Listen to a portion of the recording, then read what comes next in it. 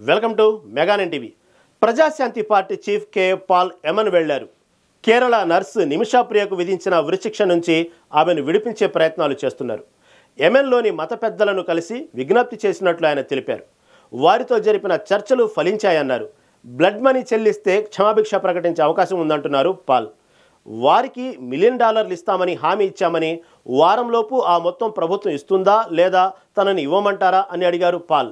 రాత్రి పగలు గత 3 రోజులుగా కష్టపడి ఇండియా నుంచి బయలుదేరి ఈ యెమెనీ ఇండియన్ నర్సుని విడిపించడానికి హూతీ లీడర్స్ తో కలిశాను.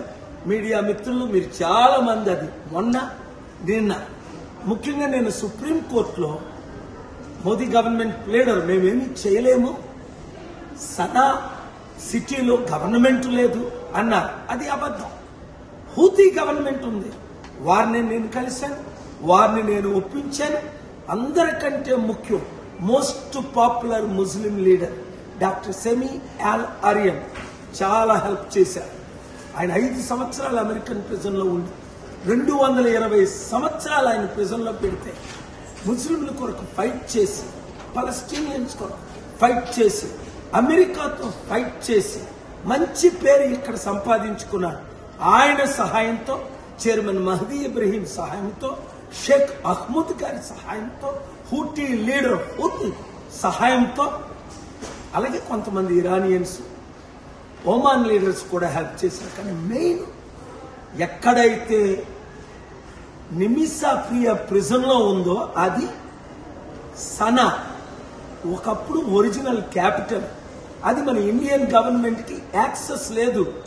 వారే సుప్రీం కోర్టులో నిన్న చెప్పారు నాకు యాక్సెస్ ఉండబట్టి వారందరినీ కలిసిన వీడియోలు, ఫోటోలు నేను మీకు రిలీజ్ చేశాను, ట్వీట్ కూడా చేశాను. మీరు ప్రార్థించారు. గవర్నమెంట్ చేయలేని పని దేవుడు చేయగలడు, గాడ్ కెన్ డూ అన్నారు. ముస్లిమ్స్ ప్రేయర్ చేశారు, క్రిస్టియన్స్ ప్రేయర్ చేశారు, హిందూ ప్రేయర్ చేశారు. మీ ప్రార్థన వల్ల ఇది కేవలం రేపు ఉరి కాకుండా పోస్ట్ పోన్ అయింది, అంటే వాయిదా పడింది.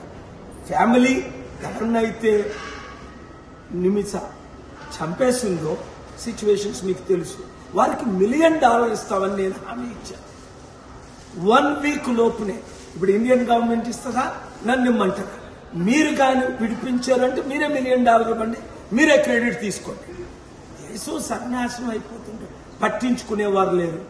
ప్రార్థించేవారు ప్రార్థించారు కాబట్టి నా చర్చలు సఫలం అవడానికి కారణం మీరు మీడియా మిత్రులు.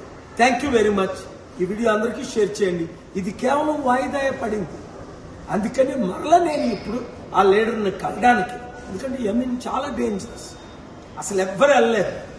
నాకు గనక అంబాసిడర్ గవర్నమెంట్లు హోస్ట్ చేశారు గనక ఆ లీడర్స్ ని బయటకు రప్పించారు. ఎందుకంటే ఒకవైపు హూతీ లీడర్స్ కంట్రోల్, అదే భాగంలో గవర్నమెంట్ లీడర్స్ కంట్రోల్.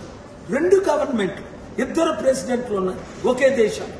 అందుకే యుద్ధం వల్ల 10 లక్షల మంది చనిపోయారు. ఆ దేశం కొరకు ప్రార్థించండి, ప్రజల కొరకు ప్రార్థించండి, విక్టిమ్ ఫ్యామిలీ కొరకు ప్రార్థించండి, ప్రియా క్షమాపణ దొరికినట్టు ప్రార్థించండి. Thank you very much. Share this video.